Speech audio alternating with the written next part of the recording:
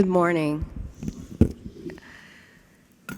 Sorry, let me just adjust this a little bit. It's for much taller people. I'm Jennifer Topple, Assistant Head of School for Research and Academics here at Howard.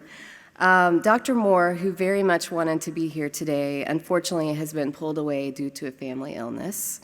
She deeply regrets that she's not able to attend, as this is one of her favorite Howard traditions, and she is really missing being with you all on your graduation day.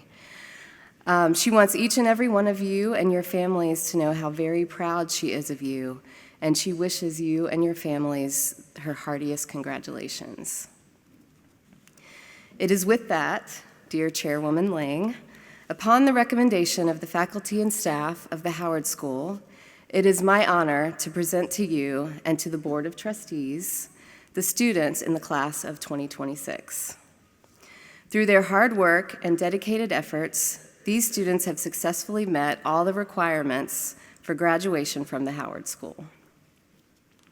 On behalf of the entire faculty, it is with great joy and pride that I present them to be confirmed as graduates and awarded their diplomas. Be seated. Good morning. It's a beautiful day for this fabulous celebration. My friends, today we are in the presence of accomplishment. We are in the presence of goals set, goals met, and goals exceeded. Well done, class of 2026. On behalf of our Board of Trustees, it is my honor to offer you our heartfelt congratulations.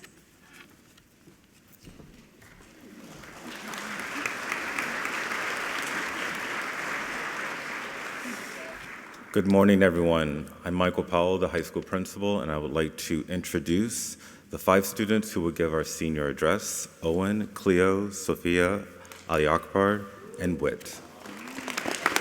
Graduating seniors, family, friends, faculty, and students, welcome to the 75th graduation of the Howard School. I am Owen Fusco, and today you are going to hear from me, Cleo Prusen, Wit Wilbur, Sophia Lee, and Ali Akbar Mehdi.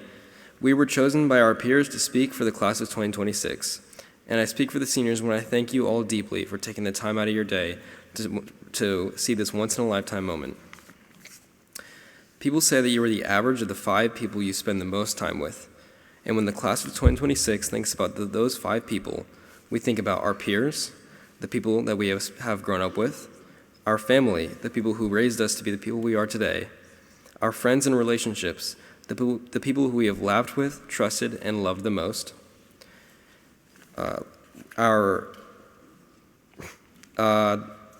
Lastly, the faculty who have taught us our academics, not only our academics, but also lifelong lessons that we will cherish as a class.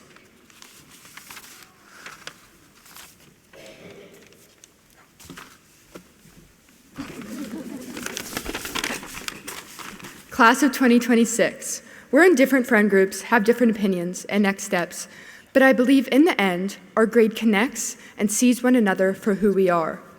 Although we have our differences as a class, we have been able to unite under circumstances that have not been the most ideal, whether that was being stuck at Buc-ee's for 4 hours or stuck in the TSA line. We have been through a lot together. We've all been in different classes, but when we are together, we make some of the best memories. We have lots to reminisce about. Memories of 8th grade trips, Mr. Hopkins' class in 9th grade, playing volleyball in Key Largo, or eating Chick-fil-A in the Hawk's Nest. Some people have been here since kindergarten and others since last year, but no matter when you came to Howard, I hope you're able to find your people.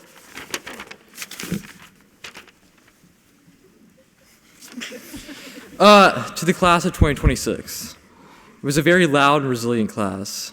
We weren't scared to make our opinions known, such as the E-Hall pass in 9th grade, or in 10th grade with our opinions on Seesaw, or in 11th grade with the new phone ban, and finally with our displeasement of the new updated 20-minute lunch schedule that Mr. Powell promised he would change. Even though our opinions and thoughts were always answered in the way we wanted, we didn't stop fighting, or complaining, as Mr. Drake always complained about us complaining. How ironic. Even though we knew in the back of our head we probably weren't going to get what we want, we were resilient and we never gave up. And we made sure to make our opinions known. And I know that this class will never stop fighting out in the future.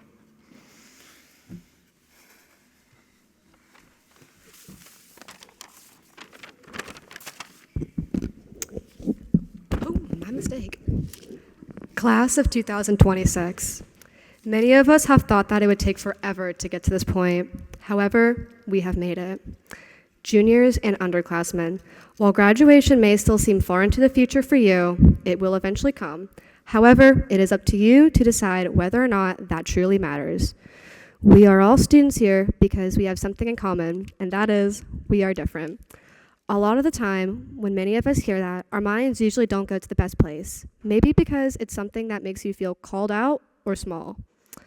Yet it is up to you to decide whether or not you will cherish that part of yourself. You, yes, you, have something that makes you stand out, experience life, and perceive things from a perspective many of those around you will never understand.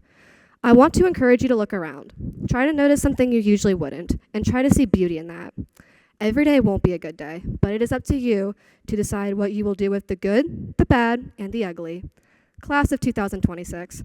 Although we will no longer be here every day, we still have the opportunity to live by our own philosophy, our own approach, a different approach, and see the beauty in our differences. Shout out to Mr. Swords.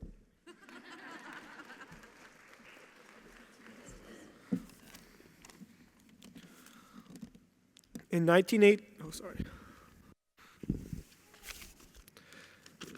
1918, there was a little girl named Rose Keller. She had intellectual disabilities. Her mother tried her hardest to help speak out against schools that do not have any special needs opportunities. She went to the government many times, asking presidents and even governors to make special needs classes in all public schools. After Rosemary's mother died, the Kennedy family was very inspired to make changes. Parents, the same fight still goes on. Some parents are too scared to speak out. Some parents can't or do not think that their kid will be successful. Some parents are too scared to fight when the battle gets hard.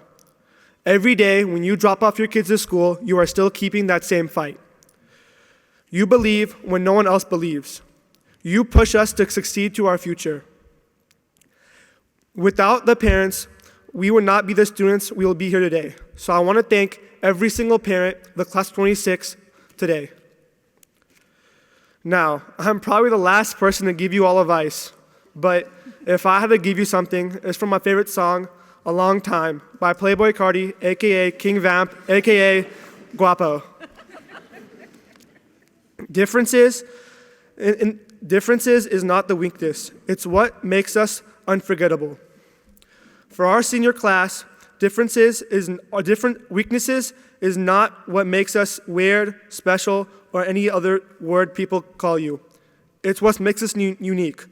It's what makes us special and believe in ourselves. Congrats to the class of 2026. All right, now for the presentation of diplomas. First up, Patrick McGanny.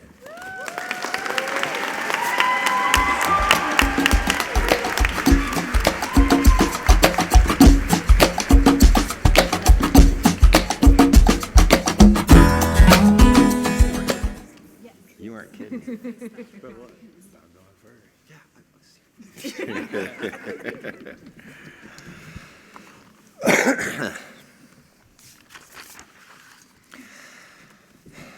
Patrick McGann has been coming to the Howard School since his kindergarten class with Miss Cantu. Well, technically, he started coming to Howard when his older sister would be dropped off. And his actual very first visit was as a show and tell item when he was a baby. He was a shy guy through his younger years, but his teachers remember a remarkably studious Patrick, always doing what he was asked. By high school, not only had Patrick found his confidence, but his teachers and family would really start to see that intelligent humor and slightly cynical wit. Now standing here before us, Patrick has a strong sense of who he is and what he loves. Patrick has a passion for music. It is a spark possibly ignited by his music teachers here at Howard, which has led him to develop not only into a technically remarkable drummer, but also one with musical tastes and craftsmanship. Patrick's other passion stems from an undeniable calling into public service. Currently, his main ambition is to become a first responder. He has spent the past 2 years working with DeKalb County Fire and Rescue, going on various calls with crews, getting firsthand experience administering medical assistance, and climbing truck ladders higher in the air than you will ever catch me.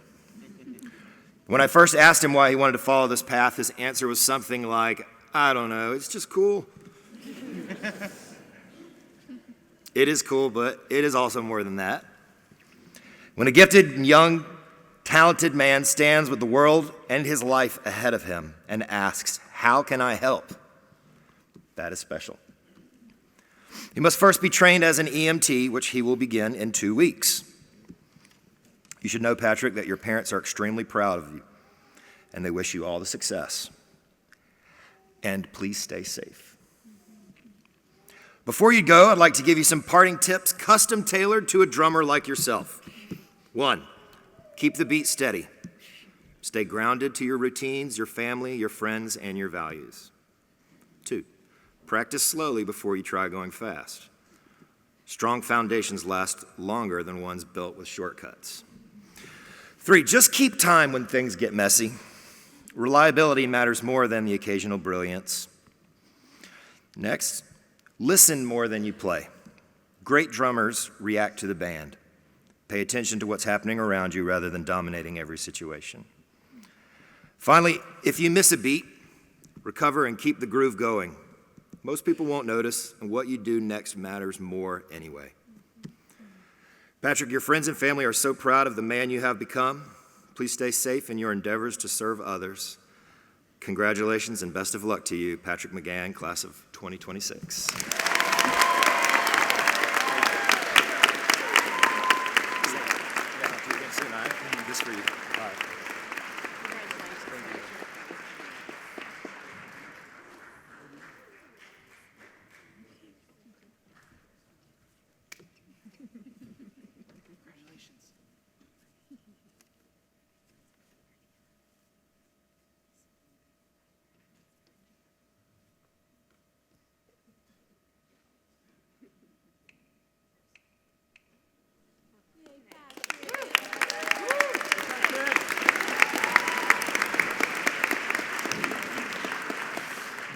Cleo Prusen.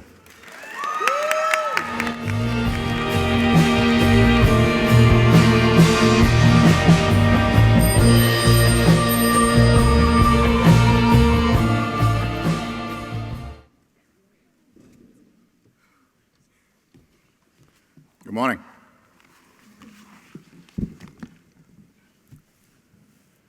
Nothing you can make that can't be made. No one you can save that can't be saved. Nothing you can do, but you can learn how to be you in time. It's easy. All you need is love. You most likely first heard these words in utero, while on the road with your musician parents. Music in the womb set a path that has guided you to today. As a toddler, you had perfect pitch and were nifty on the drum kit. Growing up, you soaked in the music that surrounded you at your home. Sam Cooke, Buddy Holly, Devo, Hot Tuna, Grateful Dead, Motown, and the Beatles. The Beatles. Is it true that you have memorized every Beatles lyric? That's a passion for learning what you love. Passion is a watchword of your life, Cleo. You do not do things by halves. You came to Howard in middle school during COVID and were masked most of your first year. Of your school experiences, you have said, I would never have gotten the help I needed without coming to Howard. And once here, everything became more clear to me. I had the privilege of teaching you in high school, where we shared a common love of music, reading for fun, and thrifting. As a student, your passion to learn is self-evident, and you are one of the most organized and conscientious students I have known. A passion for music, a passion for learning. What else does Cleo love? Football, the American kind. Cleo was the only girl on the varsity flag football team for 2 years, proving that she can hold her own in a sea of testosterone. You're a strong and feisty advocate for yourself and for others. But I have one question. Miami Dolphins? Really? Cleo, before I go further, I want to acknowledge both your mother, Pam, who shared with me many stories of your young life, and Father Todd, a fount of knowledge and expertise on the music that you love. I asked around for 3 words to best describe you. I got 7. Calm, empathetic, resilient, composed, artistic, compassionate, and most of all, kind. I have seen you grow in confidence and hone your skill set to serve you best for college and beyond. You have found a new passion that builds on your others, the most beautiful and expressive language, a musical language of the hands, American Sign Language. Next year, Cleo will pursue studies at VSU in ASL interpretation so that she can communicate and advocate for others. Everyone, may I present to you Cleo Prusen, graduate of the class of 2026.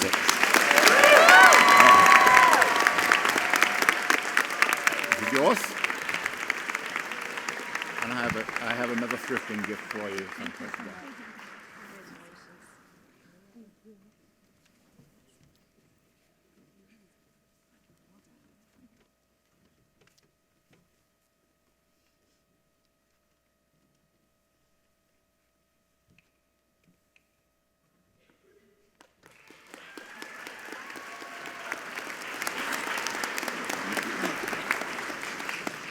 Luna Bankston.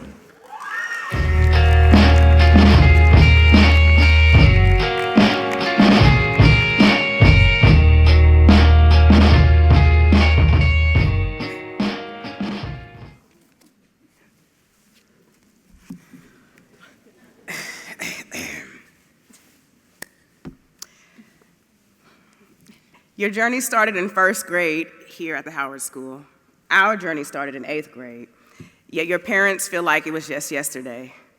Watching your first steps, hearing your laughter, and seeing your bright, bubbly spirit light up every room. They remember speaking to you in Spanish and hearing you repeat the words back. Those small, beautiful moments mean everything to them now. Over the years, you have grown into a strong, determined, and resilient young woman. It hasn't always been easy, but you have faced challenges with courage and perseverance.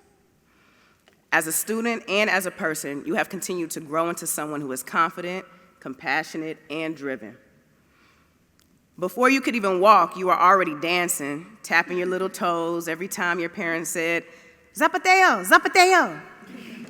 Okay. From your iconic dance moves at Tabula Rasa Elementary School, where you truly believed you were the star of every performance, to dancing like no one was watching on Captain Alejandro's boat along the Amalfi Coast. You've always kept them entertained. I can't wait until I receive your email letting me know you've joined your college's dance team. Okay. Your theater kid spirit and fearless improvised dance moves have given all of us countless laughs and unforgettable moments.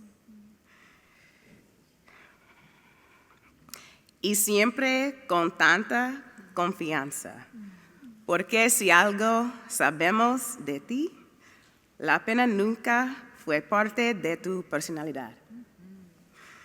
From helping your dad in his surgical practice to volunteering at the Ben Massel Clinic, you have always shown a heart full of compassion and a genuine desire to give back to those in need. Your willingness to serve others and your humility speaks volumes about who you are.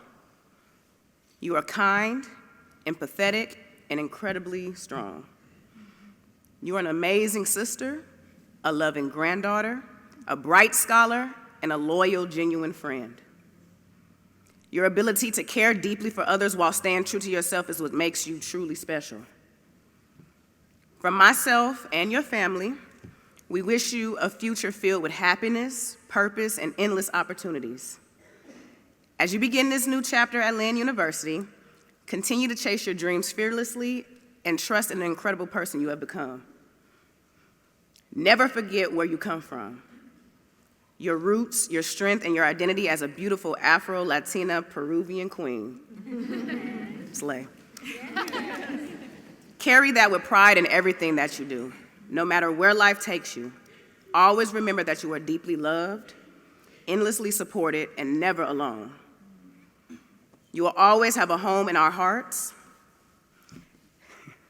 and we will always be your safe place, family and myself.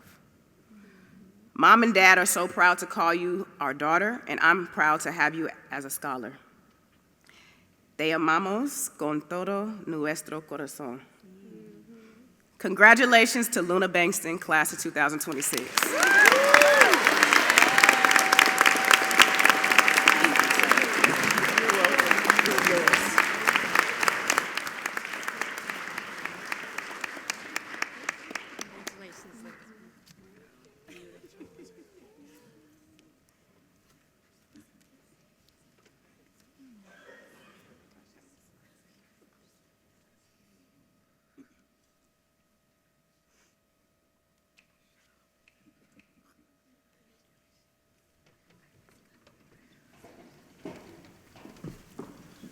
Alex Spartan.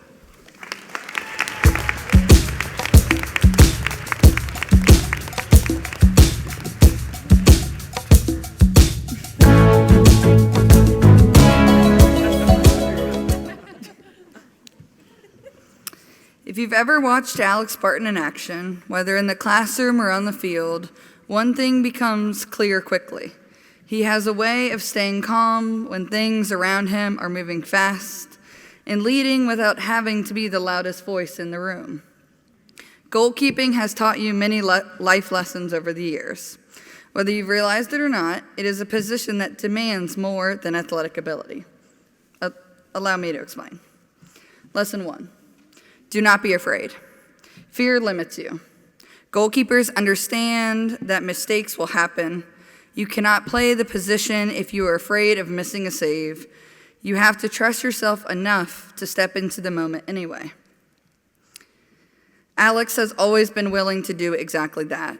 Whether representing our school on the student panel last year, speaking confidently in both English and Spanish, or taking on leadership roles through SGA, he has consistently chosen growth over complacency.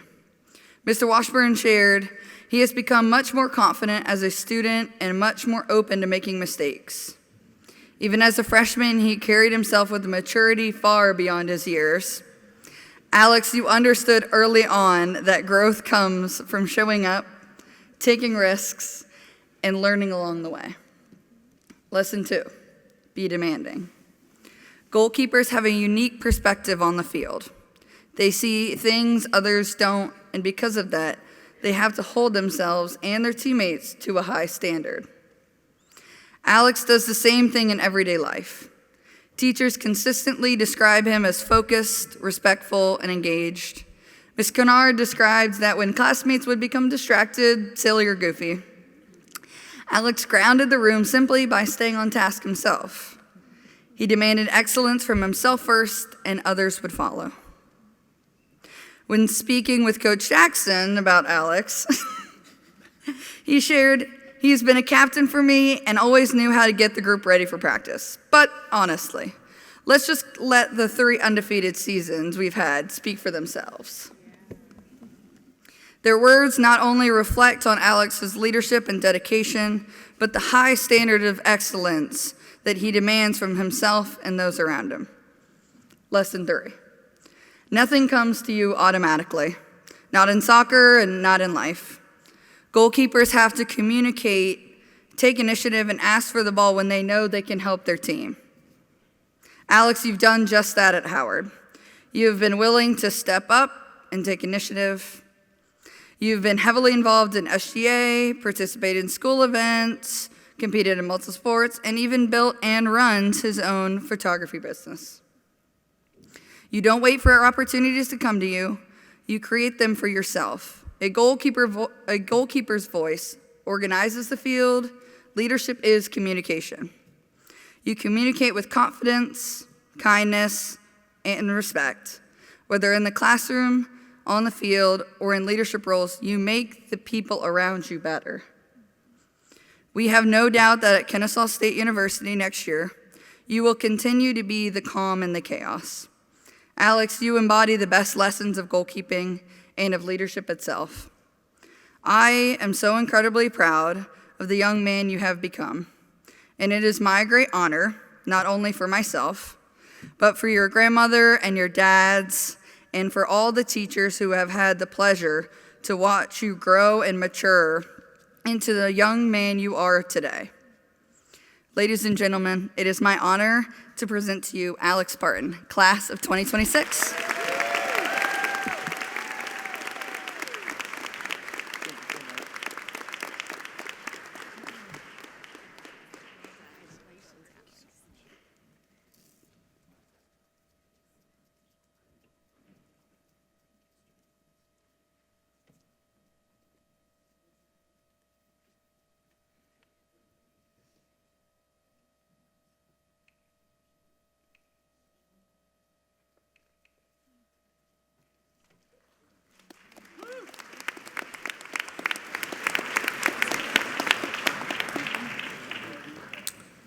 Logan Crosswhite.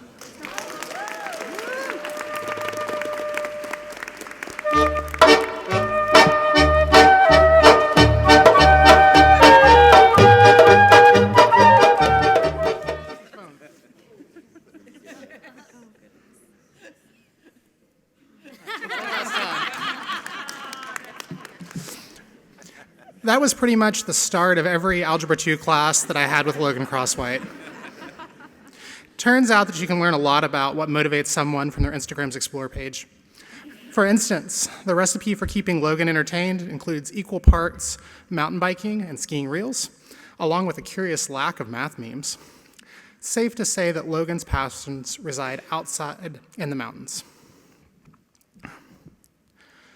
School has often been an alien environment for him.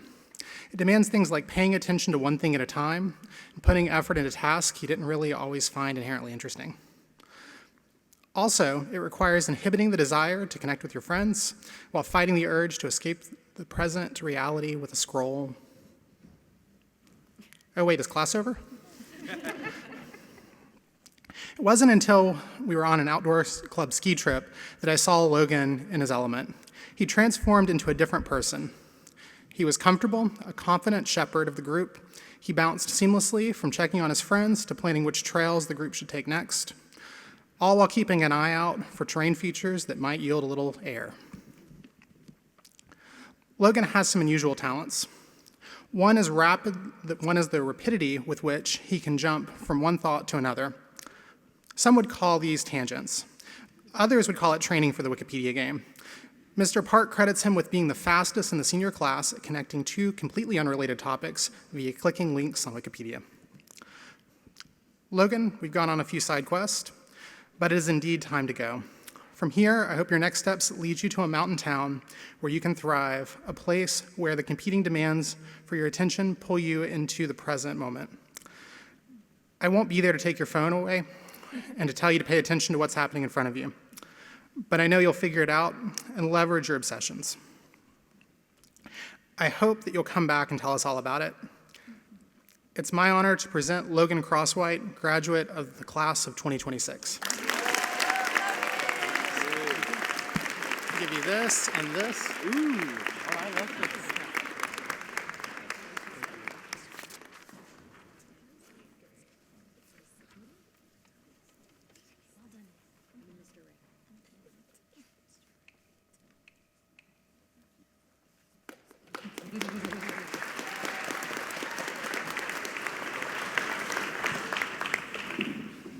Winston DeHaan.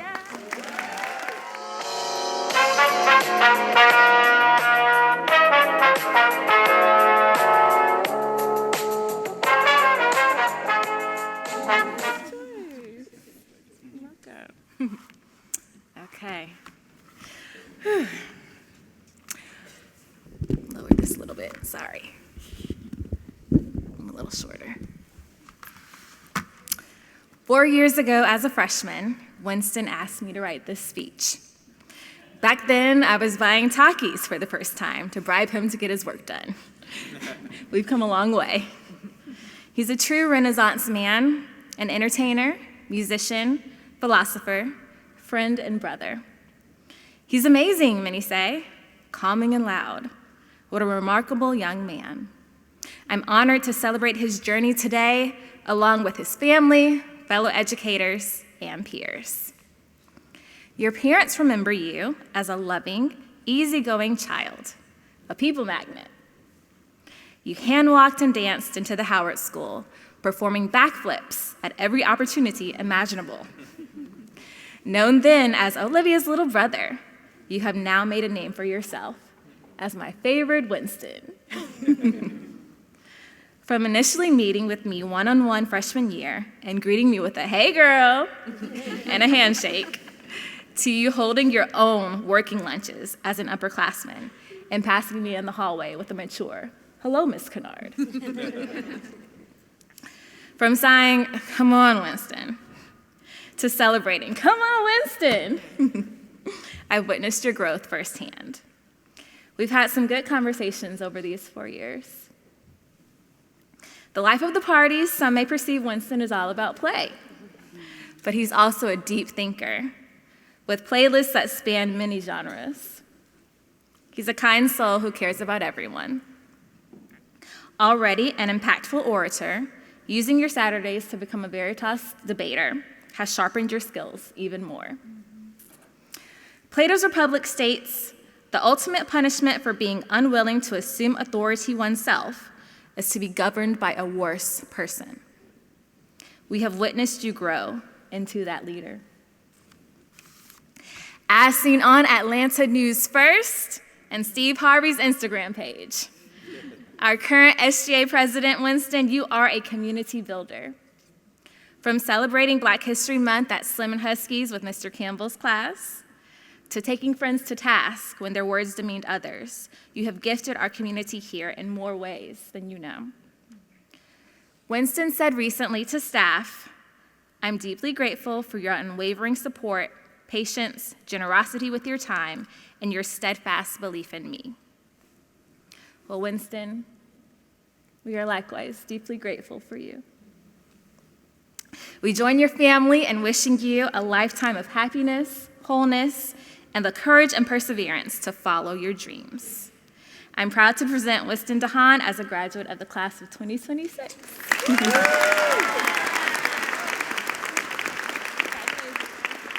was a really good. Congratulations, Winston.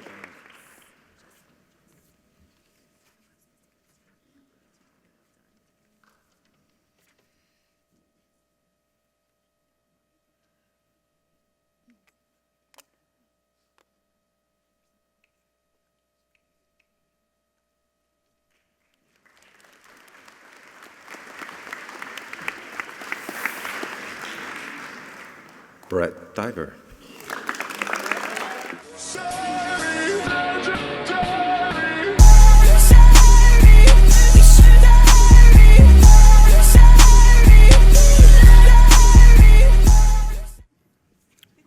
You can learn a lot about a person standing in a TSA line with them for 3 hours.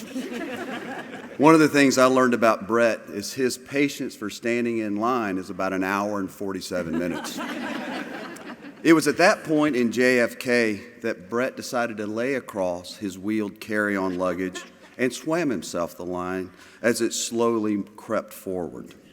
I had two distinct thoughts as I watched him do this. One was, as a teacher, all right, what activities can we engage them with because he's the first of many? And the other was, I should have brought mine like that too. A few minutes later, Brett stood back up, began walking, and did a great job for the rest of the time. We stood in that very long line at security. And I'll be honest, I was tempted to ask you to switch bags with me because I was ready to swim along myself. I also learned something else about Brett on that trip that I had seen somewhat at school.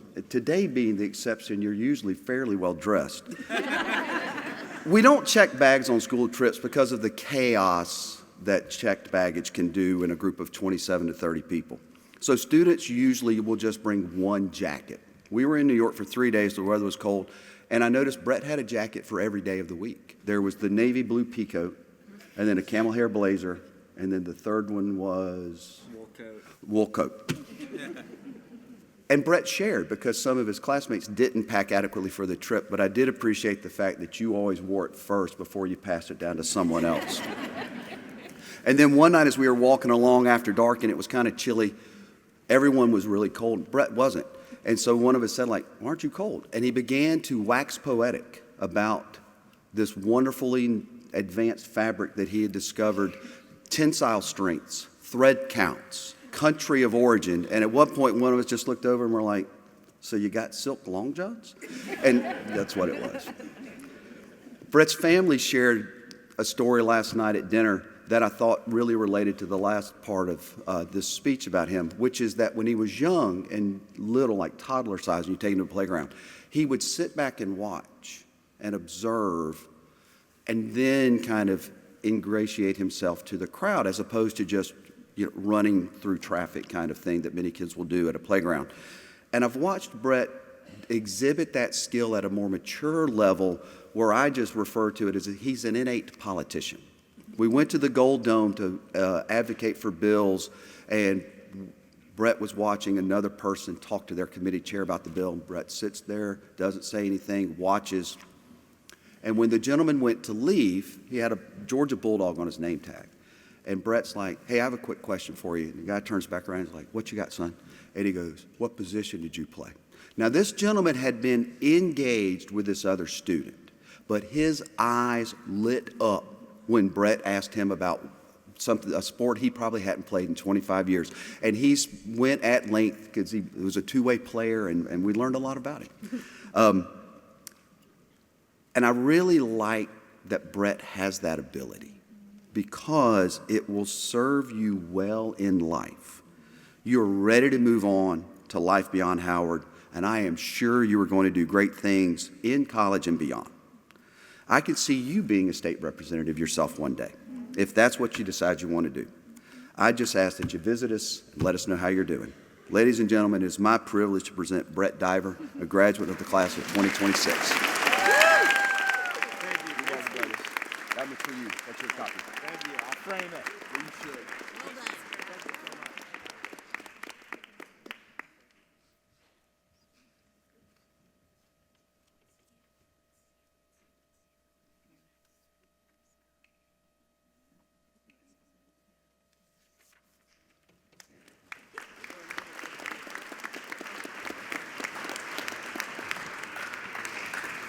Owen Fusco.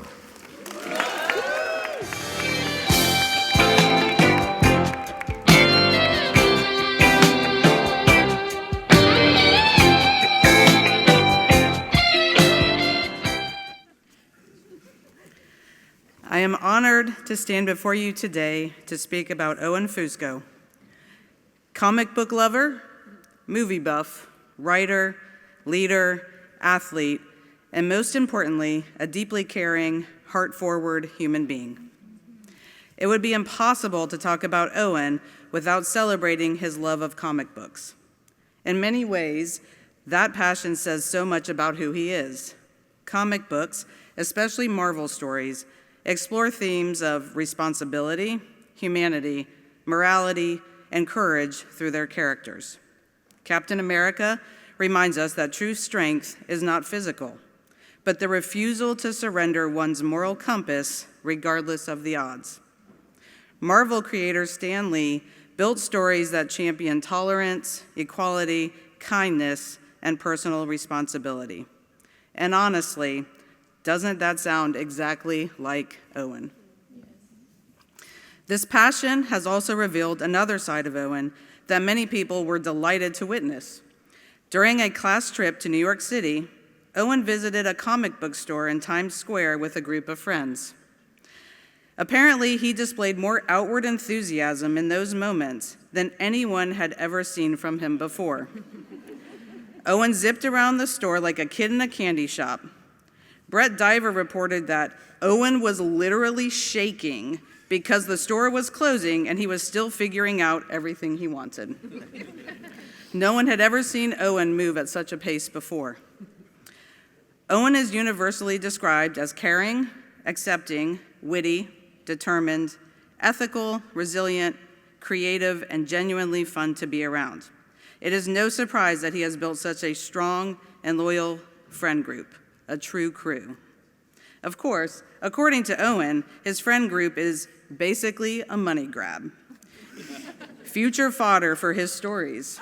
So be warned, guys, you may very well end up as characters in future novels, screenplays, or maybe a reality television show series someday. Lucky for me, Owen has always loved swimming, which is how I first came to know him. Years ago at a swim meet at Georgia Tech, there was an incident in the boys' locker room involving athletes dismantling soap dispensers, pouring soap all over the floor, and creating a makeshift slip and slide with a shower wand. To be clear, Owen did not participate. However, he absolutely enjoyed witnessing the chaos unfold. That story perfectly captures something essential about Owen. He knows where the line is, and he will not cross it.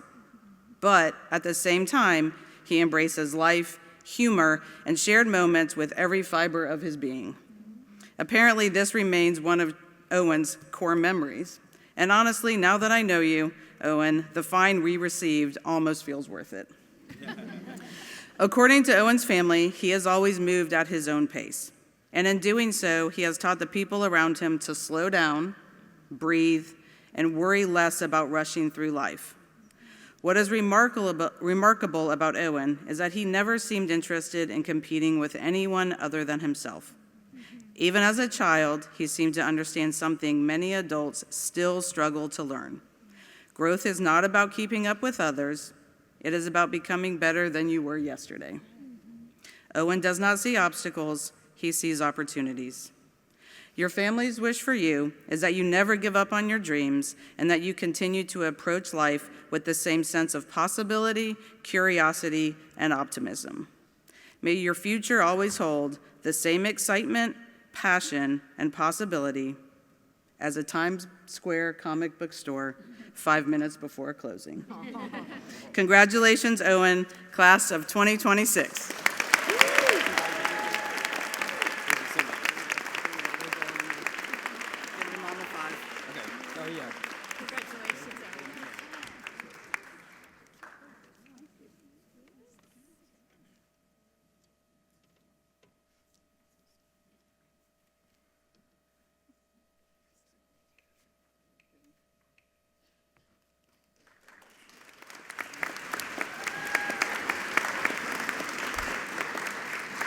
Crosby Gallinero.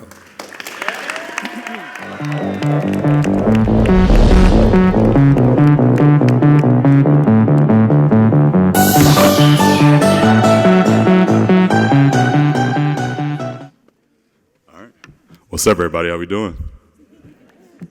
All right, so before I begin, to Crosby's family, do you mind putting a hand up so I can see? Okay, there we go. All right, here we go. So, before Crosby, to the class of 2026, we're here to celebrate your hard work, your tears of frustration, your late nights, and the bright futures ahead of you.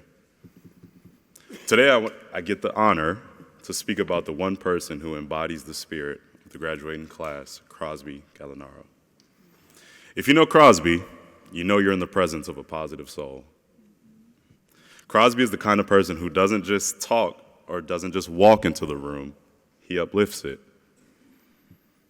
Whether he's encouraging a teammate or flashing that trademark smile, Crosby is a guy everyone loves to be around. Crosby family might tell you that his journey has been far from easy and riddled with challenge. Brother Jonathan, are you here? Okay, here we go. Your brother Jonathan wanted me to issue one last challenge to you. He wanted me to tell you, Crosby, you will never beat him in one-on-one basketball. I would figure that out. That's just me, and you know.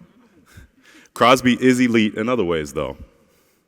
Whether it's the legendary collection of basketball shoes that I want a couple pairs of, his dedication to the game of basketball, or his alleged mastery of video games. I haven't seen it, but I need to see it.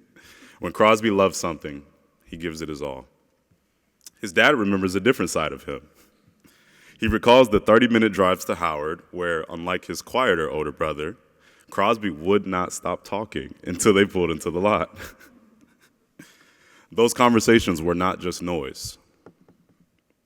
They were the beginning of a young man learning and finding his voice. The same Crosby, who your cousin Carly recalls somehow at that point struggled reading, but sat in the back seat and memorized entire rap songs that you sang the whole drive to school. School hasn't always been easy. Crosby faced challenges early on that many people never had to experience. But here's the thing about Crosby. Those challenges never defined him. Instead, they acted as a forge for his resilience. We've watched him work incredibly hard, both in the classroom and on the basketball court. He has grown into a thoughtful leader and a kind friend who was the first to celebrate someone else's win. As a coach, I had the privilege of watching Crosby encourage, motivate, and inspire his teammates on a consistent basis. He is truly one of the best leaders I have been around. You're an honorable young man, and I'm thankful that I've had the chance to meet you. Crosby's mother shares that he has been a teacher of resilience and positivity to her as well.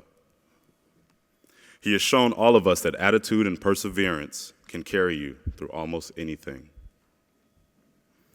Crosby, as you head out into the world, your brother has a wish for you that I think we all share. Find your passion in life and pursue it with everything you've got. Don't worry about the missed putts or the losses in one-on-one basketball. Focus on the elite person that you've become and you are becoming. The world needs more people who lift others up. It needs more people who keep going when things get hard. It needs more people like you. So to Crosby and the entire graduating class of 2026, continue to smile. We are so incredibly proud of you. Congratulations to Crosby and the class of 2026.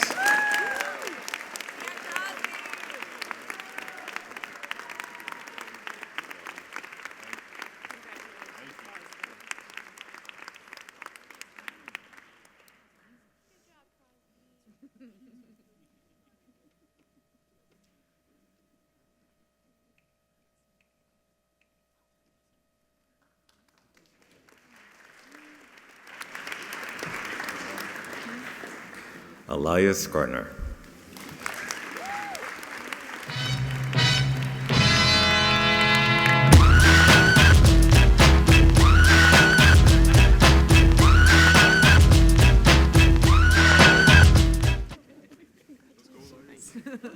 What a song. Good morning. Before we start, Elias, quick question. Is this the first time all year you've been in a gym without a job to do? Because if there is a sporting event happening anywhere nearby, there's a very good chance Elias is already there, already invested, and already finding ways that he can help. That idea came up again and again when I talked to the people who know him best. Elias is not just involved, he is all in. Over the years, across classrooms and teams, one thing stands out. Elias shows up, and not just physically. He shows up with effort and care and with a willingness to do whatever is needed. Mr. Drake shared that Elias is the student who stays late on a Friday afternoon to make sure clothes donations get to where they need to go, even if that means driving miles out of his way. His teachers describe him as the most helpful student, not because he has to be, but because that is simply who he is. That same mindset carries into athletics. It is almost easier to list the sports Elias did not play. This year alone, he gave his time and energy across multiple teams, always ready to contribute wherever he was needed. At one point, he showed up to a swim meet during his busy basketball season and offered to compete in whatever event would earn the team the most points. Not the easiest event, not his favorite event, just the one that would help the team.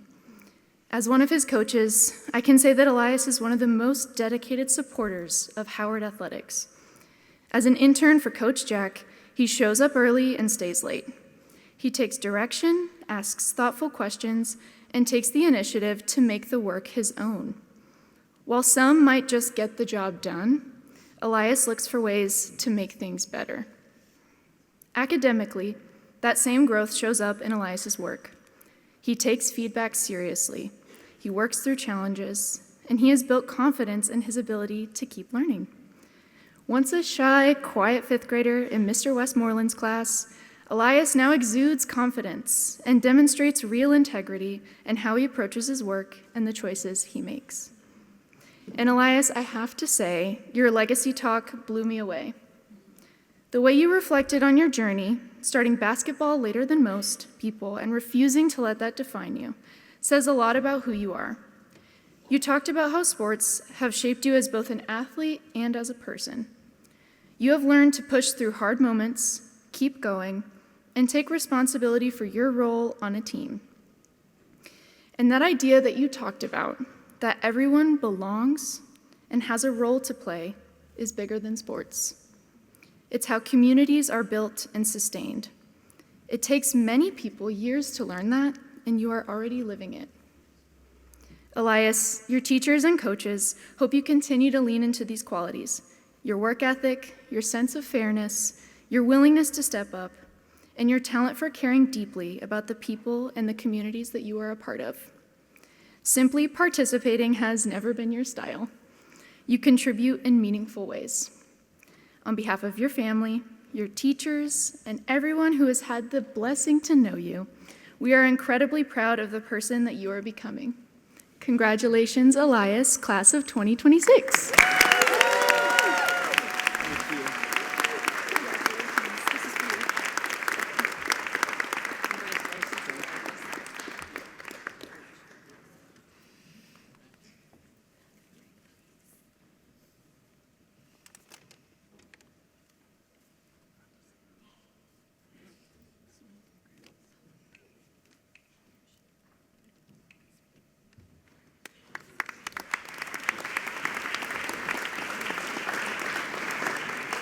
Owen Gould.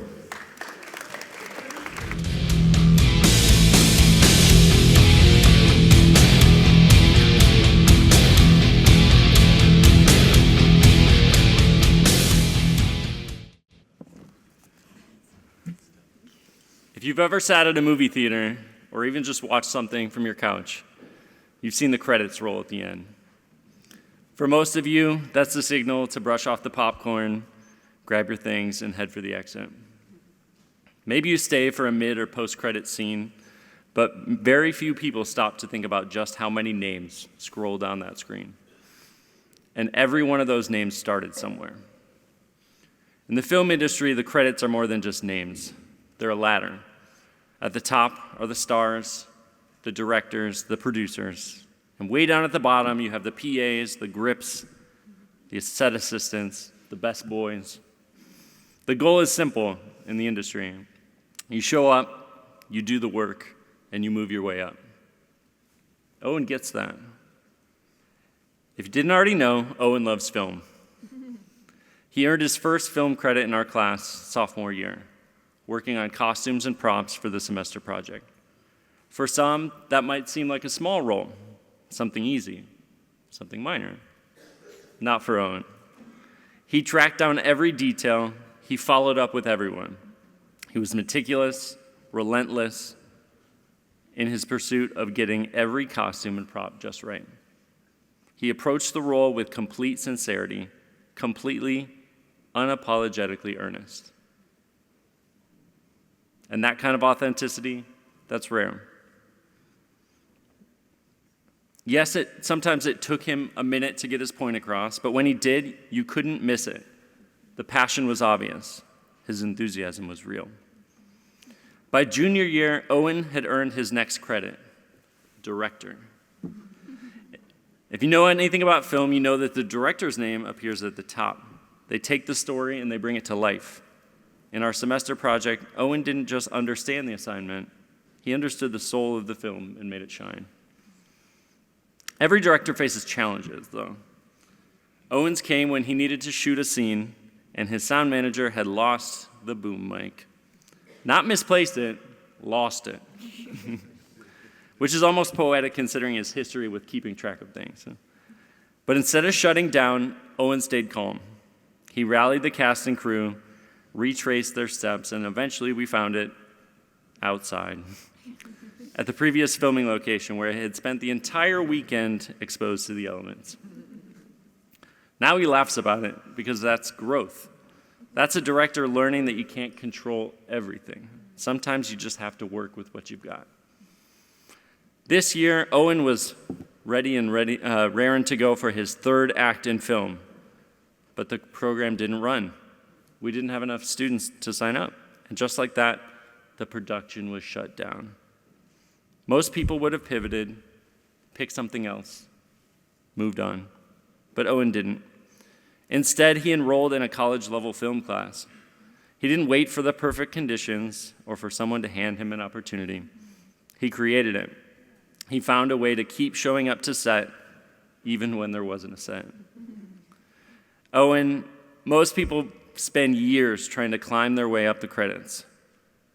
You've been doing it here since sophomore year, earning each role, putting in the work, and never waiting for permission to take your next step. In the film industry, there's a term for the people who reach that very top level, the names that appear before the movie even begins. It's called above the line, and we all know that that's where you're headed. Now go chase that top billing. Congratulations to Owen Gould, class of 2022.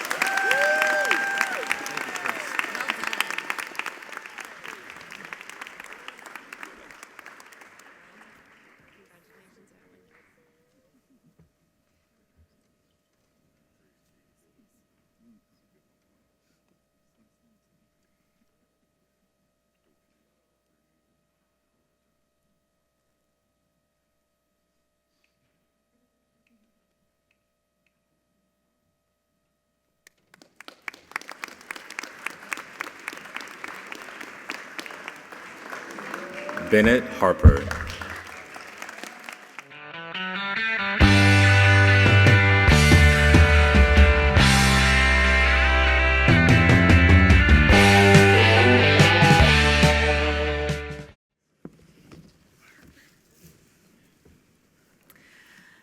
I'm not sure if you know this, but Bennett Harper is an expert on airplanes. And not just in the way that he can tell you about which airplanes or which airlines use which airplanes. He can do that. He did it last night at dinner. He showed off a new one. But in the sense that while we were in New York, I looked over and I was like, Bennett, what are you doing? He had his phone and he was up in the sky. He was zooming in to look at the airplanes and could often tell us just what kind of airplane that was, even though it was tens of thousands of feet in the air. I feel like at one point you were able to give us the tail number of a plane. Yeah. He's an expert. Whenever we would sit down to talk about applications and have those conversations, the first thing Bennett would do was pull up which airport was nearby, which meant this year I got to learn a lot about airplanes and airports. It was fun. I have some people have this love of something, and they'll do lots of research on it. But Bennett took this love out of the computer. He's currently working towards his pilot license, and he's getting close. Your ability to take your passions and make them real is inspiring. I have this other distinct memory of Bennett. We were meeting one day. I don't even remember what it was about, probably next steps. But Bennett asked if he could check something on AI. So we pulled it up, and it was ChatGPT or Claude or something. And Bennett started talking to his computer, and I thought, oh, good, they've implemented voice to text. And then his computer had a full conversation back. And I went, what? And Bennett looked at me with that smile and went, yeah, it's pretty cool. He was so calm. This ability to embrace new technologies, using them responsibly will serve you well in the future, Bennett. Just don't scare old people with it anymore. And when you do, try not to laugh at us too much, okay? Okay. Your path to this point hasn't been easy. At times, you attended classes through a tripod with your picture in a Howard t-shirt, AKA Robo Bennett, but you never gave up. In the words of your parents, you've become a confident young man who has learned to advocate for yourself and ask questions and seek advice. We can always count on Bennett for a smile and a laugh, whether it's hacking the microbits to all react behind Miss Rodriguez's back, or rolling your eyes at us when we ask for technology help again, we know that smile is going to be in place and that we are going to end up laughing along with you. I'm often amazed by you, Bennett. Whether it's airplanes, AI, applying yourself to succeed, you've proven to the world that you have what it takes to be successful. We can't wait to see you fly at Georgia Tech in the Excel program. Congratulations to Bennett Harper, class of 2026.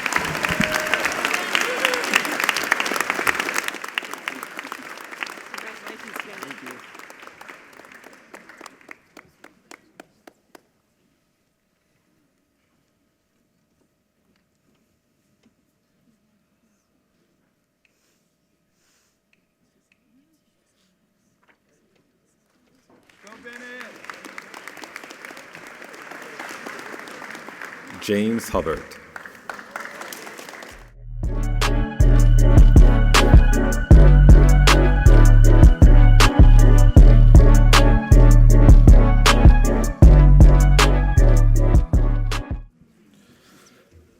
Good morning.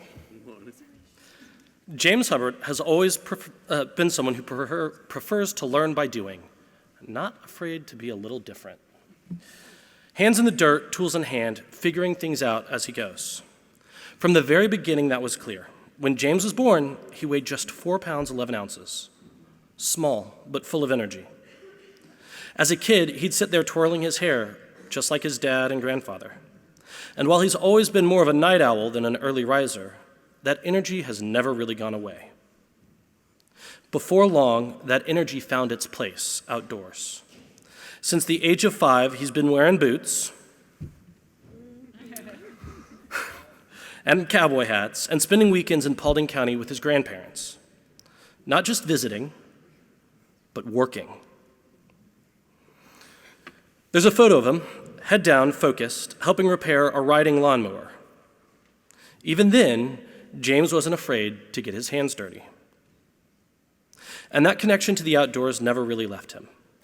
Whether fishing, camping, clay shooting, or working, James has always felt most at home outside, where things aren't always easy, but they are always real. What's remarkable is how consistently he's carried that with him. When I was the sponsor of the high school soccer club, sure enough, James would show up in boots. Because no matter the setting, James has always been exactly who he is. That same mindset showed up in the way he approached challenges. When he was 16, his grandfather pointed him toward an old broken mower sitting out in the woods. Part project, part problem to be solved. With James taking the lead, he and his brother got it running again. He was so proud he brought it home, where it ran for about 2 days before breaking down again. And honestly, that tells you a lot. Because for James, it's never really about everything working perfectly the first time. It's about showing up, trying again, and figuring it out along the way. That carried over to the classroom as well. I had the privilege of teaching James in 10th grade geometry, and even there, he stayed true to himself. While others might have been distracted by Fortnite or Minecraft, James was playing Farming Simulator. That's James, a funny kid with an infectious smile who brings a sense of ease and authenticity wherever he goes. As Mr. Smith said, his hard work and determination have brought him far. And as his grandfather reminds us, it may take James a minute, but he'll eventually make those good decisions. And today you can see exactly where that has led him. He is driving a lifted Tacoma when the transmission works, working on a horse farm, and even started his own hat business. Fitting for someone you'll rarely see without a hat or his cowboy boots. He's chosen a path where hard work matters and where you can see the results of what you do. Looking ahead, James is off to learn more about agriculture, where I have no doubt he'll continue doing what he's always done best, working hard, learning by doing, and staying true to who he is. James, you've shown us that it doesn't always look perfect. Sometimes it looks like trial and error. Sometimes it looks like persistence. But more than anything, it looks like staying true to who you are. reliable, steadfast, loyal, short in stature, mighty in heart. Congratulations, James Riley Hubbard, class of 2026.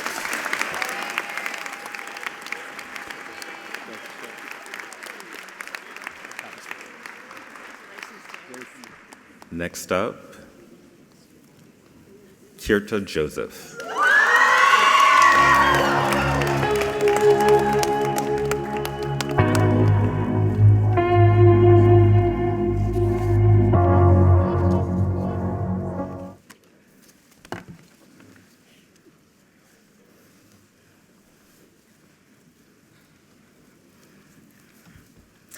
When I first met Kirta Joseph, or as Google insists on calling her, Kirta, I knew immediately she was either going to become one of my favorite students or the reason I needed extra caffeine for the next 3 years.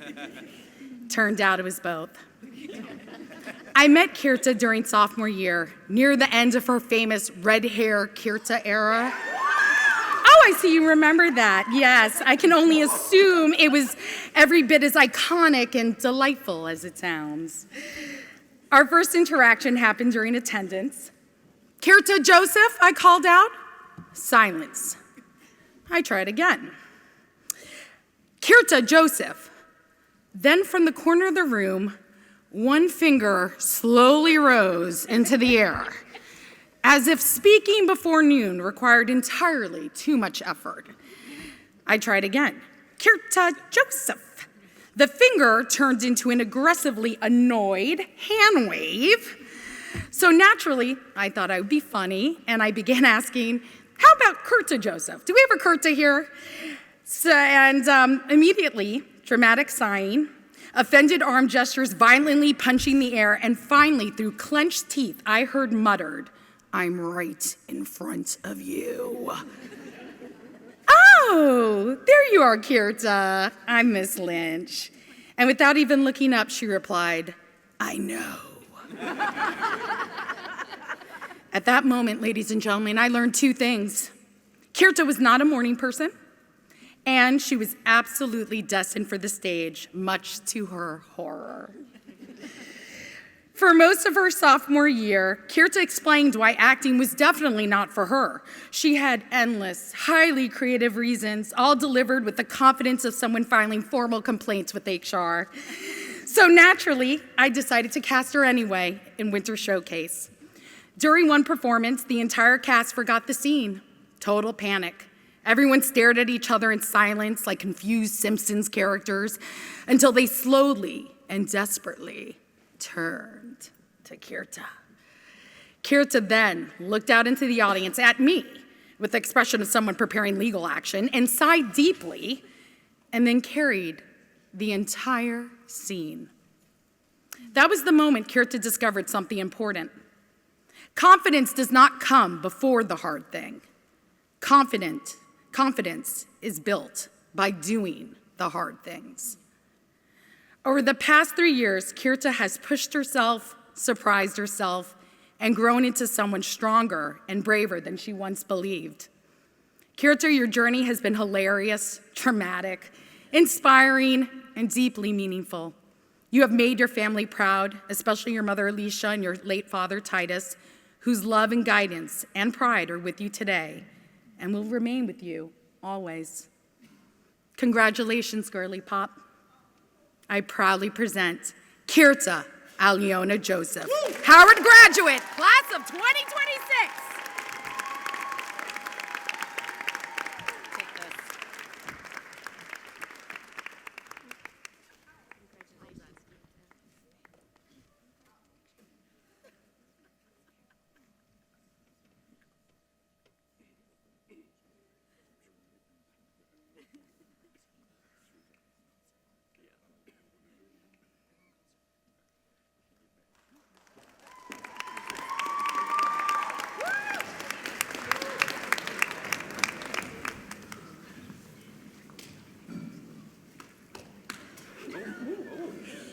Sophia Lee.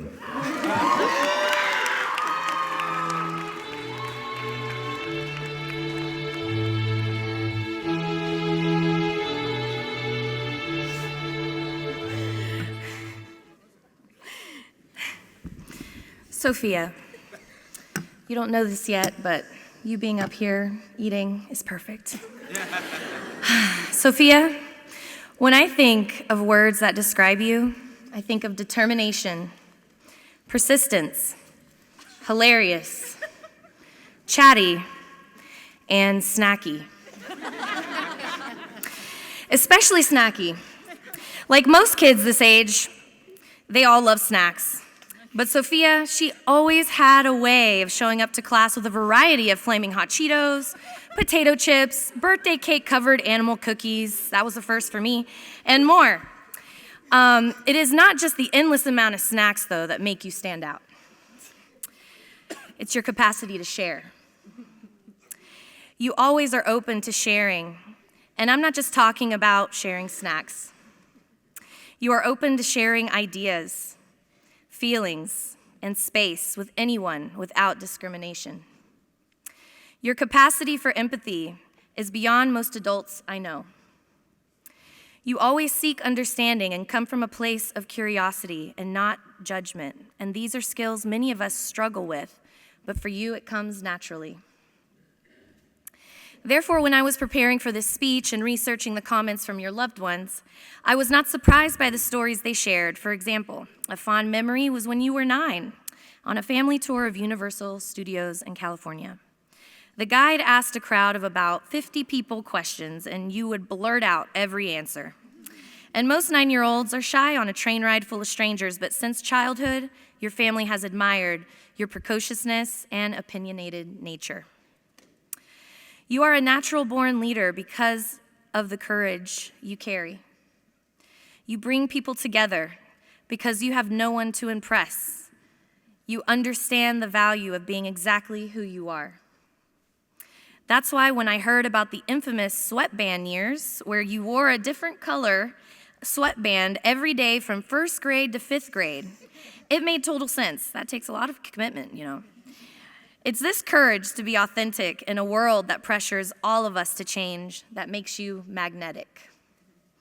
Everyone here in your class would agree that your presence lights up every room, and your reputation as a loyal and consistent friend follows you, especially when there are misunderstandings or disagreements among friends.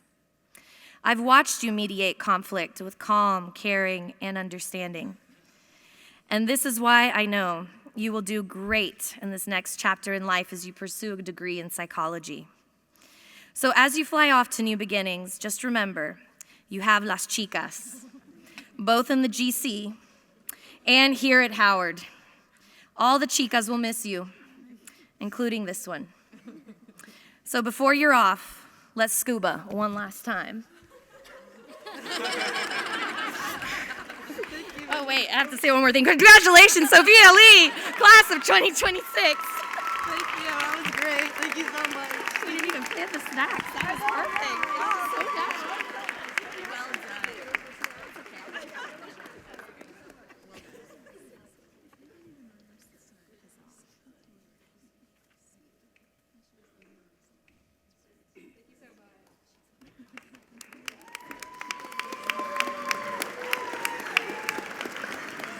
Zoe McLaughlin.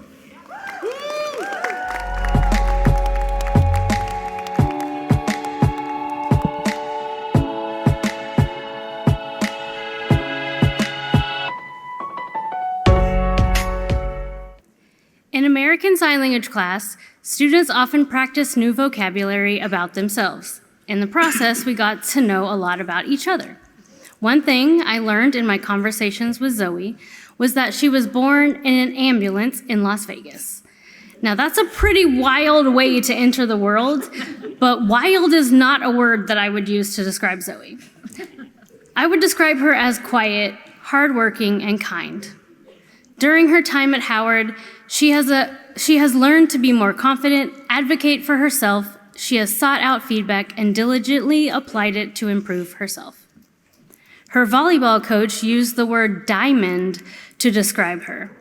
Zoe was the teammate to offer the first encouragement, high five, or hugs between serves, especially when the game wasn't going so well. She was tasked with giving the first serve during all the volleyball games of one season. This can be a difficult role because you start off the game. Zoe rose to the occasion and didn't miss a single one. So I guess you could describe her as consistent and determined. Zoe's mom described her as compassionate and loyal. Her teachers and friends might also describe her as an excellent baker or a talented nail artist. She and her boyfriend Jack are known to wear matching outfits on occasion, so you might also describe her as playful and committed. Whether it's on the volleyball court or in the classroom or with the people she cares most about, she shows up consistently with kindness and strength. Zoe, you may not have entered the world quietly, but the person you have become is resilient, dependable, and deeply caring. The Howard School has been lucky to watch you grow into a more confident version of yourself, and we are excited to see what comes for you next. Congratulations, Zoe 2026.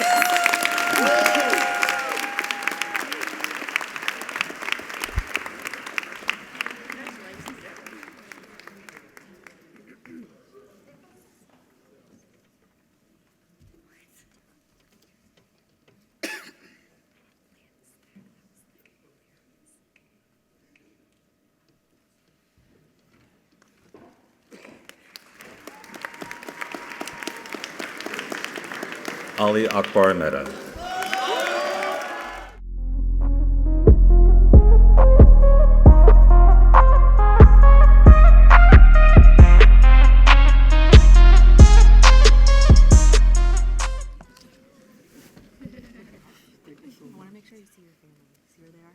Yeah, wave to him. Yeah.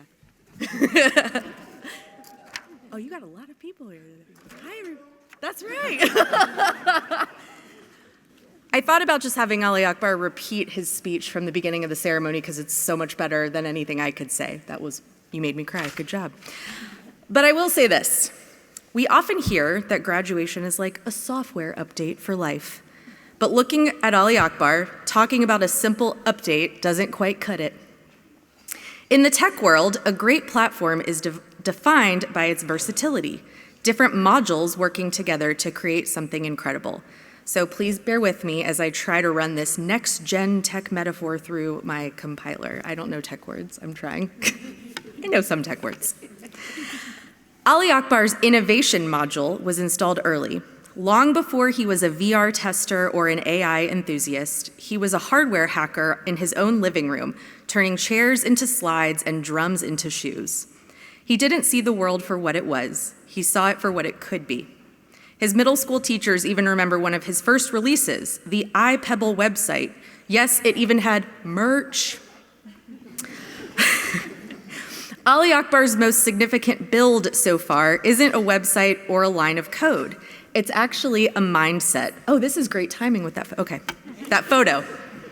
You may not know, but now you see that he founded 110 Apparel, and its origin tells you everything you need to know about Ali Akbar. It started with just one t-shirt. I'm quoting Ali Akbar. It wasn't made to sell. It was a personal reminder to stand tall when things got tough. 110 represents pushing past limits and proving that the extra 10% is where the magic happens. Whether he's on the basketball court or in the classroom, Ali Akbar's 110 module ensures he's always going beyond what others expect. That 110 drive followed Ali Akbar to his tech internship, where he stress-tested AI apps for healthcare. He learned the industry's greatest lesson: life moves fast, when the company was sold mid-internship. Some might say that Ali Akbar's hard work had something to do with that valuation. I won't ask for your insider secrets today, but I am checking your stock price for the future. What makes Ali Akbar's operating system truly special, however, is what runs in the background, his service module. Whether he's doing refugee work or volunteering at his mosque, Ali Akbar's passion for others is the core code of his character. Then, of course, there's his humor module. Like while watching Toy Story 3 and watching Mr. Anderson cry, Ali Akbar, being the funny and insightful person he is, asked Mr. Anderson, "Will my graduation make you cry as much as Toy Story 3? Ali Akbar, like Andy in Toy Story, you are packing up your childhood. You're packing up the kid who turned drums into shoes and heading for a much bigger world. But you aren't leaving your toys behind. You're taking those passions and just scaling them up. Before we go, we must mention that every system needs a stress test. For Ali Akbar, that was something called the one-chip challenge. It was the only time we saw his cooling system completely fail. Ali Akbar, we are incredibly proud of the entrepreneur, volunteer, and leader you've become. As you graduate, don't ever compress who you are. Keep your bandwidth wide and your 110 OS as your primary setting. Congratulations, Ali Akbar. We can't wait to see what you build next.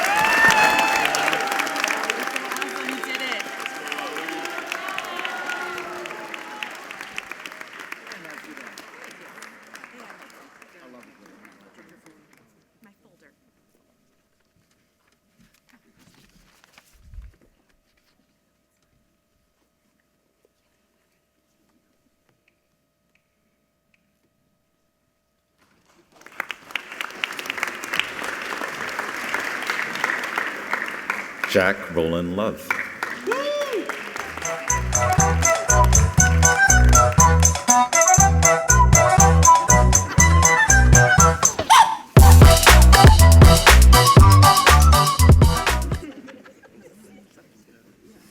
Good morning.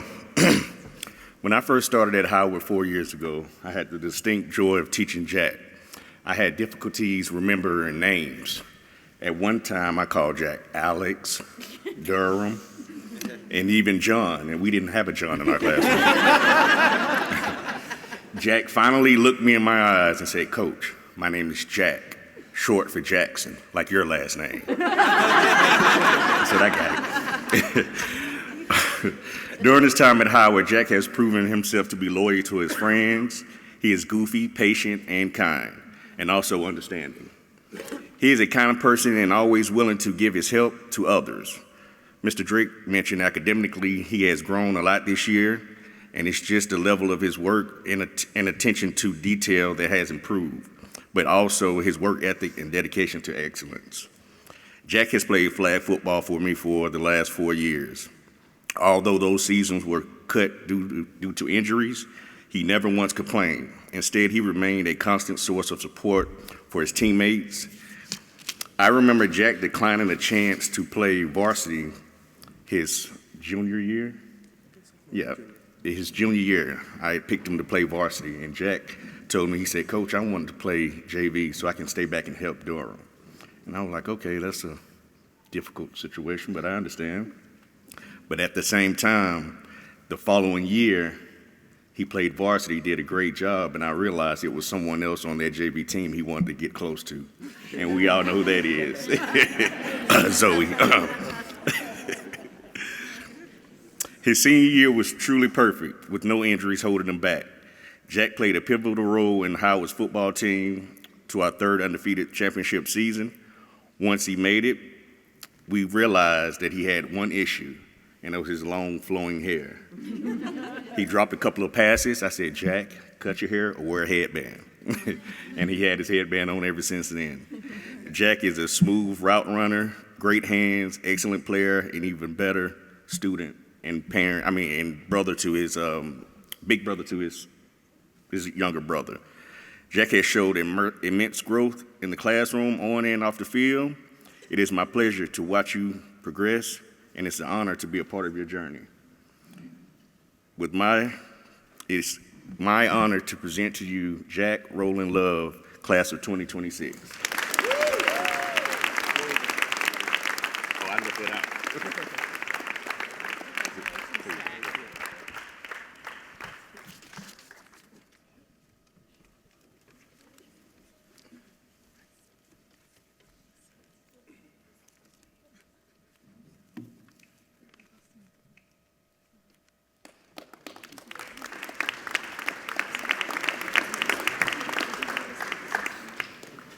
Kate Swartzman.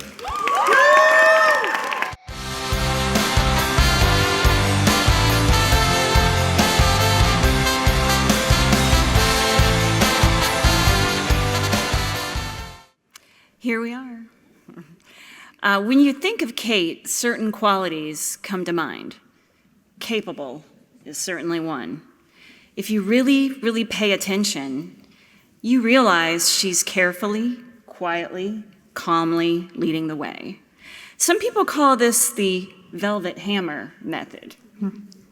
There's an inner strength there, but joined with a compassion that always shines through. Kate's journey at Howard began in elementary school. Miss Eingert's 4th grade class was a pivotal year. She learned to make friends and advocate for herself. When asked to choose a nickname for the giving circle, she dubbed herself Quiet Kate. There was a budding spark of independence there as well. Her family may recall the surprise cat incident with her writing assignment. Fast forward now to high school. Still a nature lover, still the quirky sense of humor, still the flash of the unexpected, but now all the skills are in place. Need an educated opinion? Ask Kate. Need something organized? Ask Kate. Need an honest answer? Ask Kate. Whether she is enjoying a school hike or working on a group project with friends, Kate brings a quiet intensity and laser focus. In art class these past years, her vision and passion have impressed her peers, her teachers, and herself. She possesses that rare ability to zero in and really get to the core and the heart of the matter, always. As you head on out into the world, Kate, please hold tight to your resolve and your grit. Thinking of your progress you've made and your achievements yet to come, I'm reminded of the poem, "You leave like seedlings in the rain, roots unknown, leaves to future gain. Remember soil, remember sun, growth begins where class is done." Kate, have faith in yourself and go forth with the knowledge that you can do anything and everything you set your mind to. We will miss you. Presenting Kate Schwartzman, class of 2026.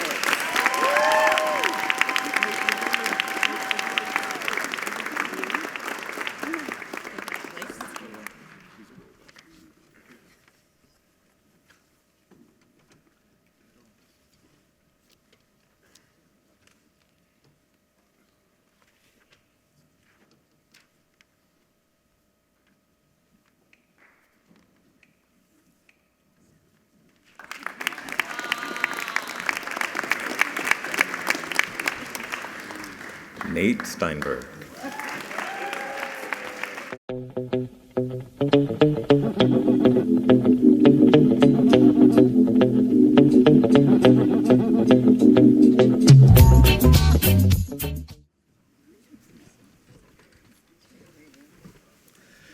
So I mostly know Nate from the SGA meetings that he attends. So to write this speech, I had to go and speak to his coaches and his teachers.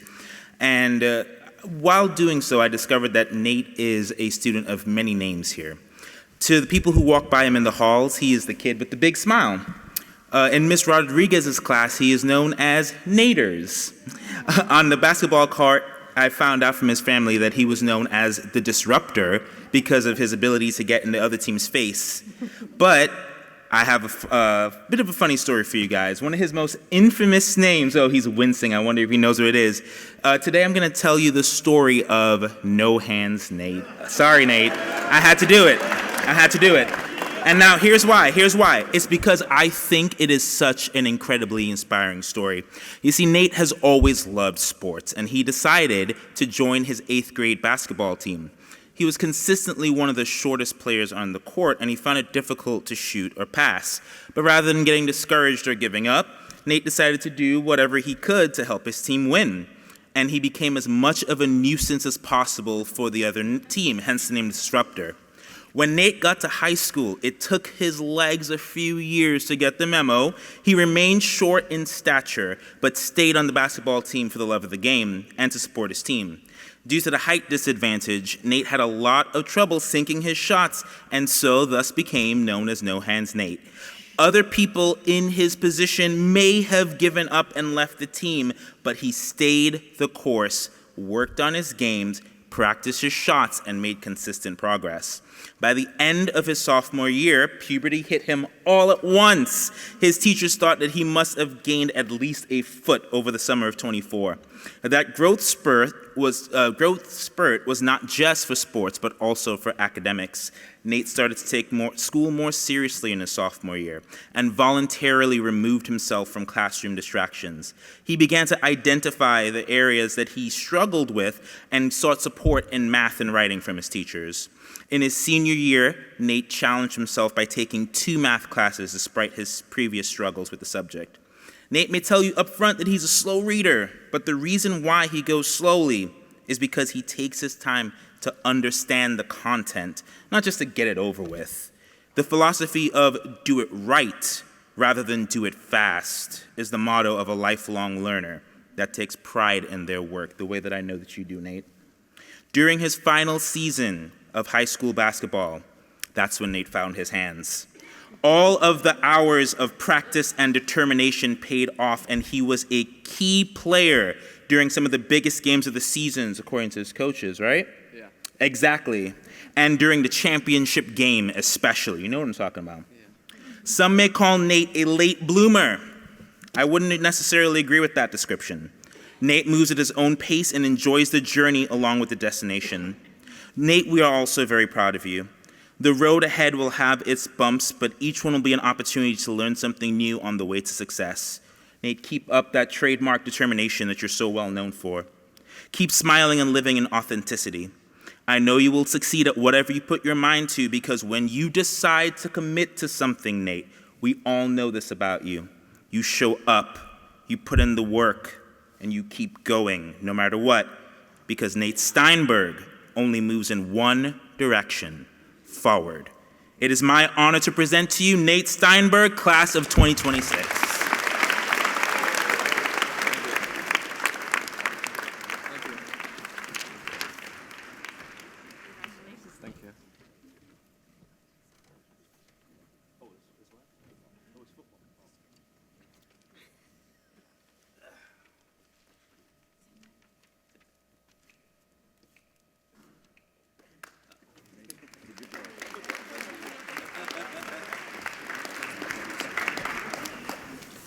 Lucas Ty.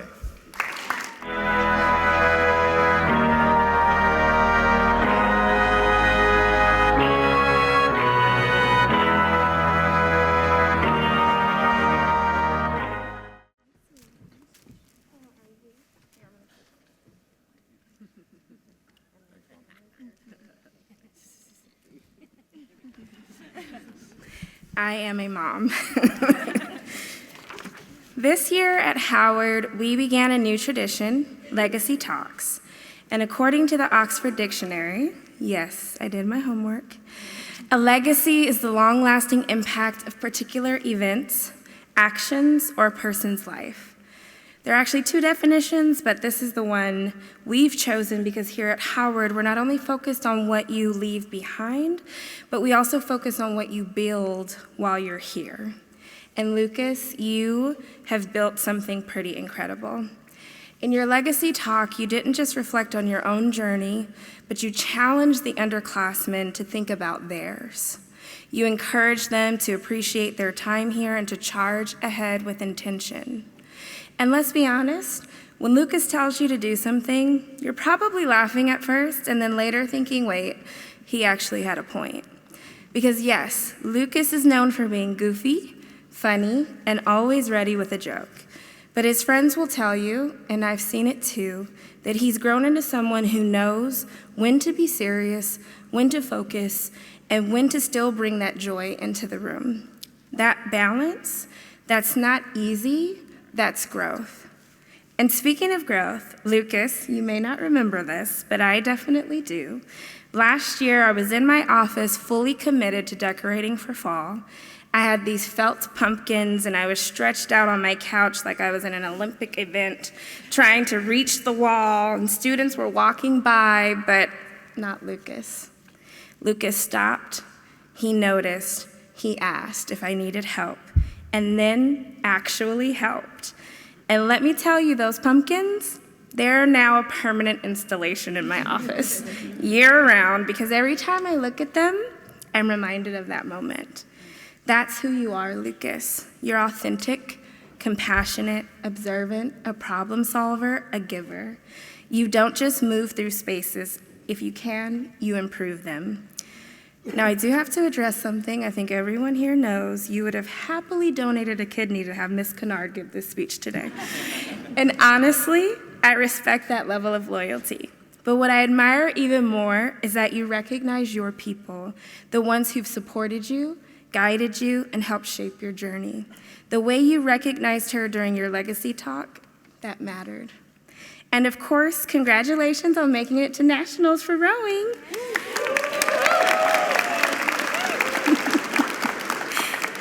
You've always been a determined individual. You use your determination in ways that matter to you and impact everyone around you. I'm not entirely sure if I've made it into your inner circle just yet, but you've definitely made it into mine. I'll never forget your whispered jokes, your love for anime, or the time we found ourselves in True Crime Club, where I realized just how many fascinating things you're involved in. Lucas, wherever you go next, I hope they're ready, because you are a force. With your compassion, your easygoing nature, and your self-discipline, there is truly nothing you can't accomplish. Howard has been lucky to have you. And now, please join me in congratulating Lucas Ty, class of 2026.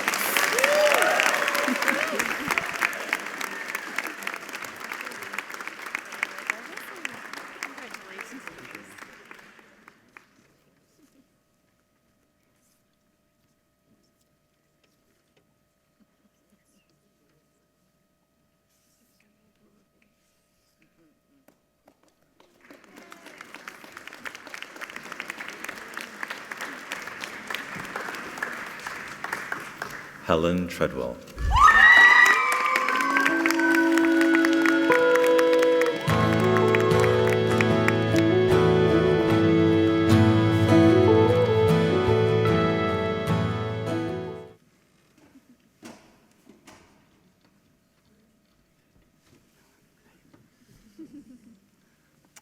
Good morning, everyone. We're almost done. So if there's one thing that has become abundantly clear through the process of writing this speech, it is that Helen is loved deeply by her family. Reading through the comments and stories left by her family was incredible and made this speech a joy to write.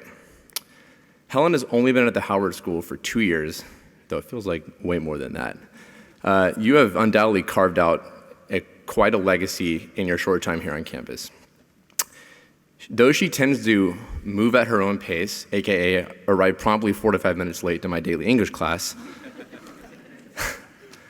she was always present and engaged once she arrived. This was mainly due to her love of her music class. On that note, Helen loves music. If you know Helen at all, she will talk your head off about it, which is great. You not only listen to it, but you study it.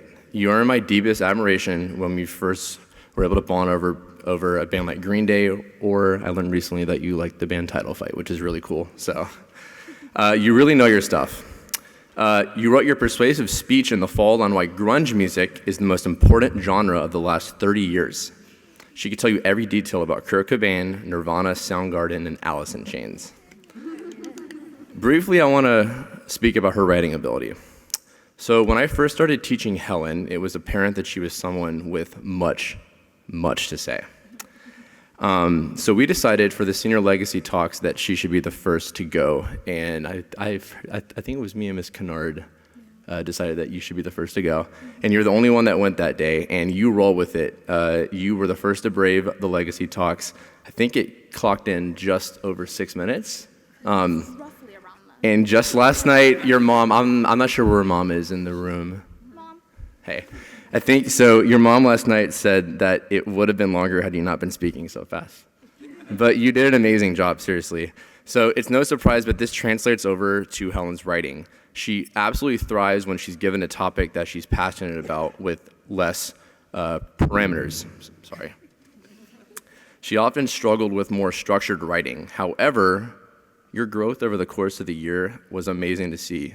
Helen put in the work, accepted feedback, and never changed who she was at her core as a writer in the process, which is what it's all about in the end.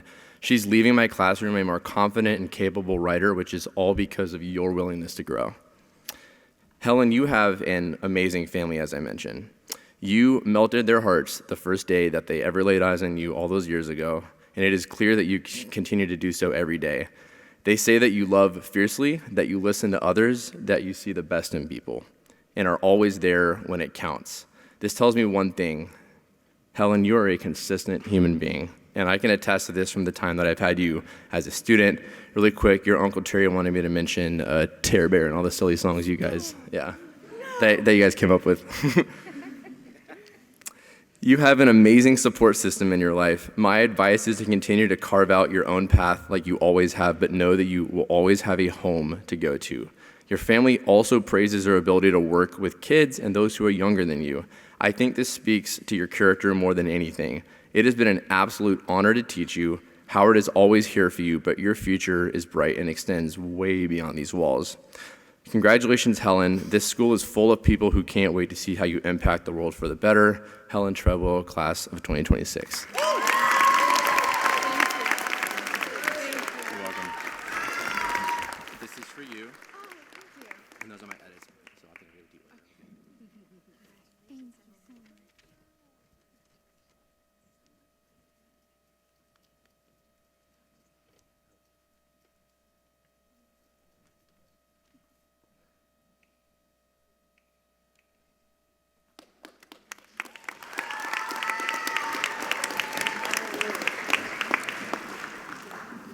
Charlie Ward.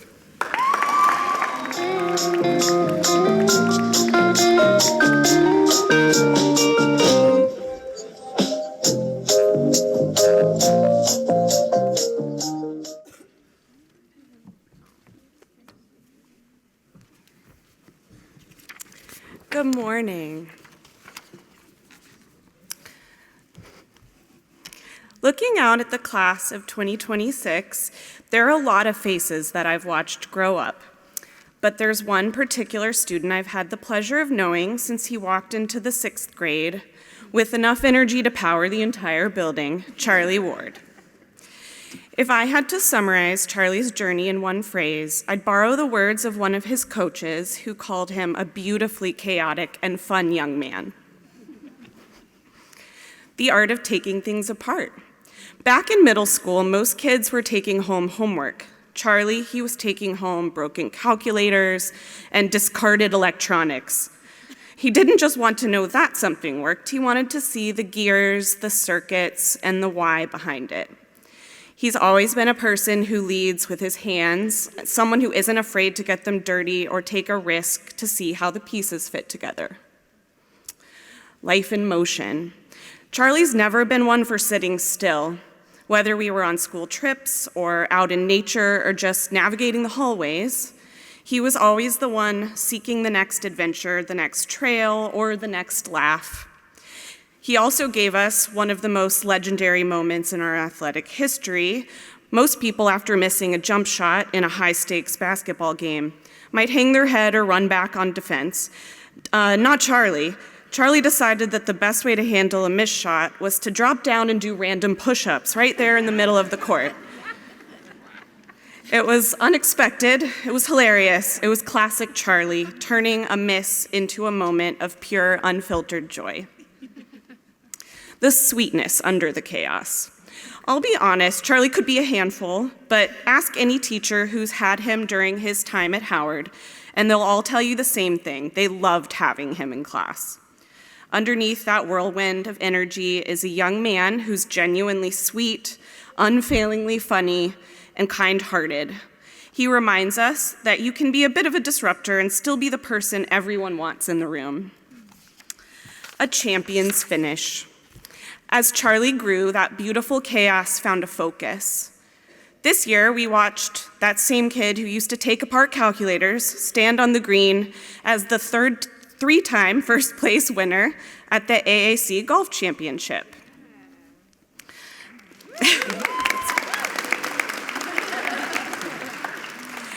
Golf is a game of incredible discipline and precision. To see Charlie channel his energy into that achievement shows exactly who he has become. A young man who knows how to harness his spark to reach to the top of the leaderboard. Closing thoughts, Charlie, as you head out into the world, my advice to you is simple. Keep taking things apart to see how they work. Keep finding the humor when you miss a shot. And never lose that beautiful chaos that makes you exactly who you are. Congratulations, Charlie Ward.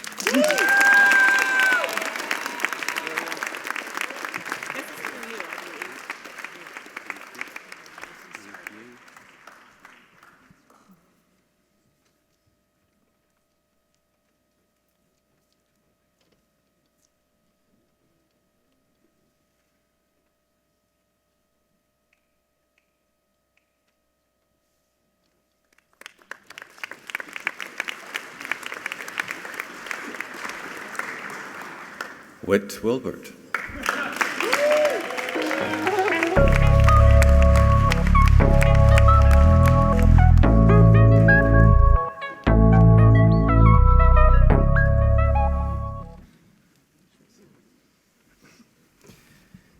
Mr. Whit Wilbert, as a kindergartner, discovered the sport of football. According to his mom, that moment was like the discovery of the light bulb. Suddenly, a child's curiosity turned into a quest of unquenching thirst to know more. I never got to discuss sports with Whit. I did watch him play for Howard's flag football team last year, but the main thing I remember discussing with him was, oddly enough, calculus. When Whit discovered that calculus was my favorite class in high school, he challenged me to a math-off. I teach history, by the way. The game started small. Mr. Crow, do you know what a derivative is? He would ask. For many other students, this question would throw me off guard, but I replied with a tentative yes, knowing what would inevitably come next. Give me the definition then, if you know. That's the thing about Whit. He always seeks authenticity in his academic pursuits and in other aspects of life. If someone is presenting authoritatively on a subject, Whit wants to know if what he's learning is legit. This isn't some disobedient reflex, but what I, as an educator, believe is a core aspect of critical thinking. It's a healthy dose of skepticism. The world is full of people confidently claiming to know what is right, but I know Whit won't fall victim to their falsehoods. How do I know this? When I taught Whit constitutional theory last year, when he was a junior, he would always ask not just what we were supposed to be learning, but how we could trust it was true. He was essentially asking me to cite my sources. He wanted to know the origin of the knowledge in addition to the fact at hand. When he wanted help with his calculus homework, he wanted to be sure that I knew the quotient rule by heart, which I didn't. When I taught about the Supreme Court, he made sure to remind me that I should teach who the first two African-American justices were. It's Marshall and Thomas, if you're curious. Which brings me back to Whit's question. What is a derivative? When during homework hour, Whit and I would have our little math-offs, judged by the impartial Charlie Ward. I luckily remembered that a derivative is a function experiencing change. Whit is just like that, a young man embracing change and growing every day. I'm proud to see him taking his next steps in life to change radically, to always change and to always adapt, to never stop having light bulb moments in his unquenching quest for more. It is my privilege to present Whit Wilbert, graduate of the class of 2026.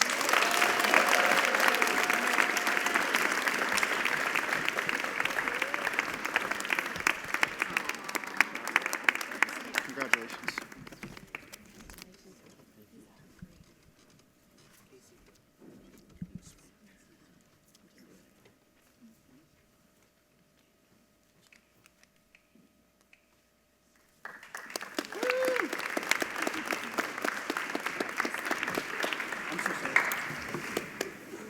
Durham Williams.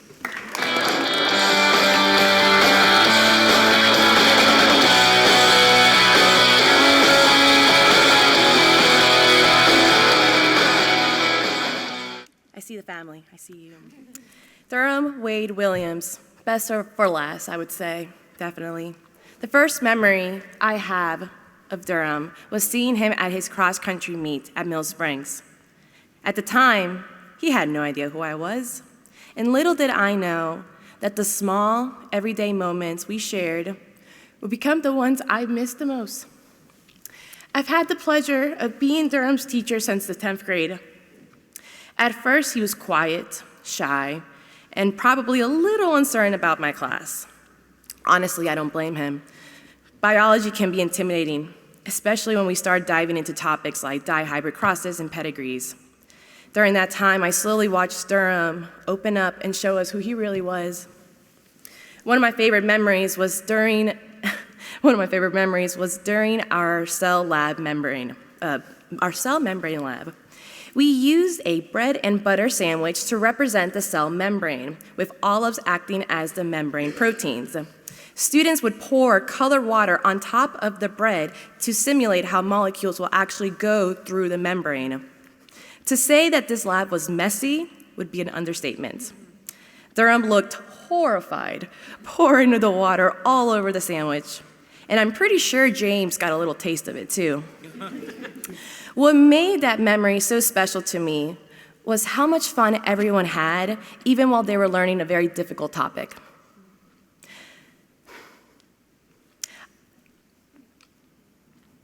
I'll miss having Durham hanging out in my room every morning with his friends Bennett, Jack, Owen Gould, and Zoe, who constantly tease me and like to hide my mouse or move my stool everywhere where I can't reach it, because I'm a little short. I'll miss the daily updates of Durham telling me which Lego set he just purchased, an RC Lego car with nearly 4,000 pieces, and his massive, massive crane that Dad and Mom had to bring over countless times. I'm so sorry. The patience and focus that those projects took really reflect how much Durham is as a person. What makes Durham's journey so special is his willingness to challenge himself and try anything outside of his comfort zone. Durham, among his friends, was one of the first students to complete and earn a certificate through the Coding School Machine Learning Program, which was funded by the Department of Defense. This was a very difficult, I'm so sorry, buddy. This was a very difficult 2-semester Introduction to Artificial Intelligence course. Students attended weekly lectures and learned advanced coding and AI concepts that many adults would find intimidating to even address. I am incredibly proud to say that Durham earned this certificate in his first year and sophomore year. I've watched Durham grow in anatomy, where he's mastered detailed note-taking and dominated every Jeopardy review game before exams. Now Durham will continue his academic journey through the Excel program at Georgia Tech, and I know he is going to thrive there. His curiosity, determination, and willingness to take risks and try new things and continue learning has inspired not only your classmates, buddy, but me as well. Watching you grow over these past few years has been truly a privilege. Durham, as I am writing your speech, I can't see with all my tears. Durham, as I am writing your speech, I realize that you can't truly measure how much you will miss someone until the silence where their voice once was is finally gone. It's going to be hard adjusting to not hearing you, not seeing the daily updates of Annie, the sweet, sweet dog. Your stories, your updates on your sister, and your latest Lego builds. But even though this chapter is ending, buddy, I want you to know this is not a goodbye. I know you will stay in touch, and I cannot wait to hear all your new adventures, accomplishments, and everything you continue to build in the future. We are all so proud of you, and I cannot wait to see what you accomplish next. Congratulations, Durham William, class of 2026.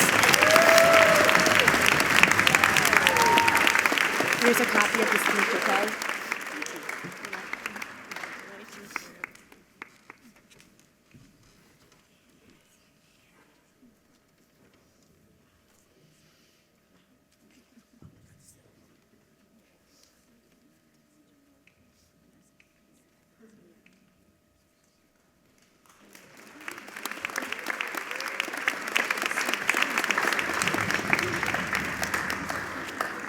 right, I'm not going to say seniors, I'm going to say graduates. Please stand.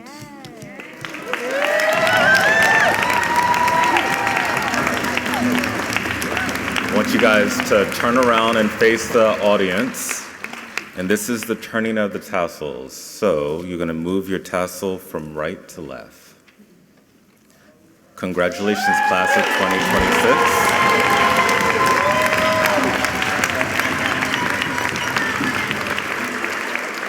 Stay facing the audience as we sing the Howard School song.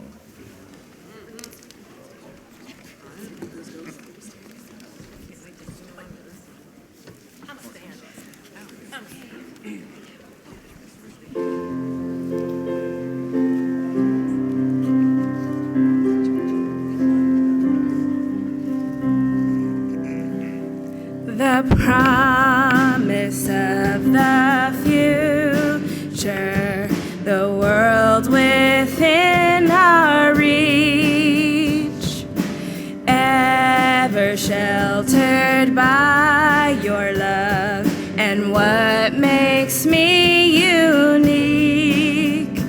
I grow and learn and do my best with honor, hope, and pride.